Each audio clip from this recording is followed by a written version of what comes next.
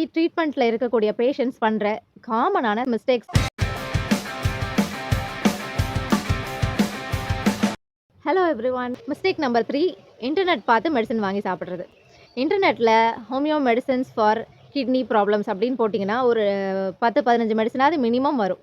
அதில எல்லாத்தையும் வாங்கி சாப்பிட்டுட்டு, இது எல்லாமே நான் சாப்பிட்டேன். இது எனக்கு ஆனா சரியாகல. இப்ப நான் என்ன பண்ணணும்னு சொல்லி வந்து நிக்கிறவங்கலாம் நெறைய பேர் இருக்காங்க. அந்த மாதிரி உங்களோட டிசீஸ சிங்கிள் வேர்ட்ல டைப் பண்ணி, அதுக்கு கீழ வரக்கூடிய 10, 15 மெடிசின நீங்க வாங்கி கன்சியூம் பண்ணும்போது, அது உங்களுக்கு பேட் எஃபெக்ட்ட தான் கொண்டு வருமே தவிர, அது உங்க பிரச்சனைய கியூர் பண்ண போறது இல்ல. உங்களுக்கு இது மாதிரி ஏதாவது கிரானிக்கான ப்ராப்ளம் இருக்கும்போது, உங்க உங்க உங்களோட கான்ஸ்டிடியூஷன் என்னன்னு பார்த்து, அந்த டாக்டர் குடுக்கக்கூடிய மெடிசின் உங்களுக்கு ஒர்க் ஆகுமே தவிர, இன்டர்நெட்ல ஜஸ்ட் மைக்ரேன் இல்ல ஆர்த்ரைட்டிஸ் இந்த மாதிரி போட்டு, அதுல வரக்கூடிய நீங்க எத்தன மெடிசின சாப்பிட்டாலும் உங்களுக்கு அது சரியாக போறது இல்ல. ஸோ இந்த மாதிரி தப்ப பண்ண வேண்டாம். மிஸ்டேக் நம்பர் 4, இம்ப்ரூவ்மென்ட் வந்த உடனே மெடிசின ஸ்டாப் பண்ணிறது. கொஞ்சம் வருஷக்கணக்கா எனக்கு ஒரு பிரச்சனை இருக்கு. கொஞ்சம் இப்ப சரியாயிடுச்சு. உடனே நான் மெடிசின ஸ்டாப் பண்ணிட்டேன்னா, அது எப்படி கம்ப்ளீட்டா சரியாகும்? திரும்ப கொஞ்ச நாளையில அந்த பிரச்சனை வரத்தான் செய்யும். நெறைய பேஷண்ட்ஸ் பண்ற விஷயம் இது.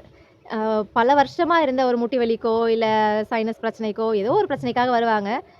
1 ஆர் 2 வீக்ஸ் மெடிசின் எடுத்த உடனே அவங்களுக்கு கொஞ்சம் இம்ப்ரூவ்மென்ட் வந்த உடனே சரியாயிடுச்சுன்னு சொல்லி மெடிசின ஸ்டாப் பண்ணிர்றது. அப்புறம் அது பிரச்சனை எப்படி திரும்ப வராம போகும்?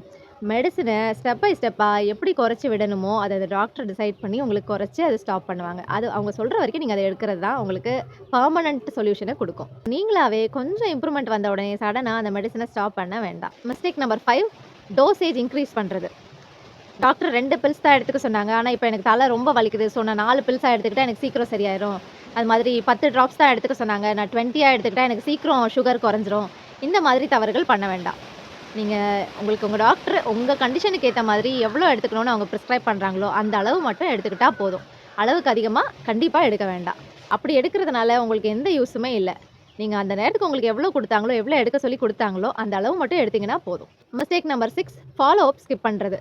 இப்போ ஒரு 2 வீக்ஸ்க்கு மெடிசின் குடுத்துருக்காங்க அப்படின்னா, 2 வீக்ஸ் கழிச்சு நீங்க பார்க்கணும்.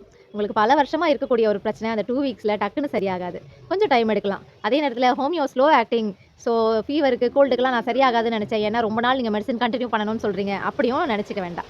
நேத்து வந்த ஃபீவர், கோல்டா இருந்தா ஒரு டோஸ் எடுத்த உடனே சரியாயிரும்.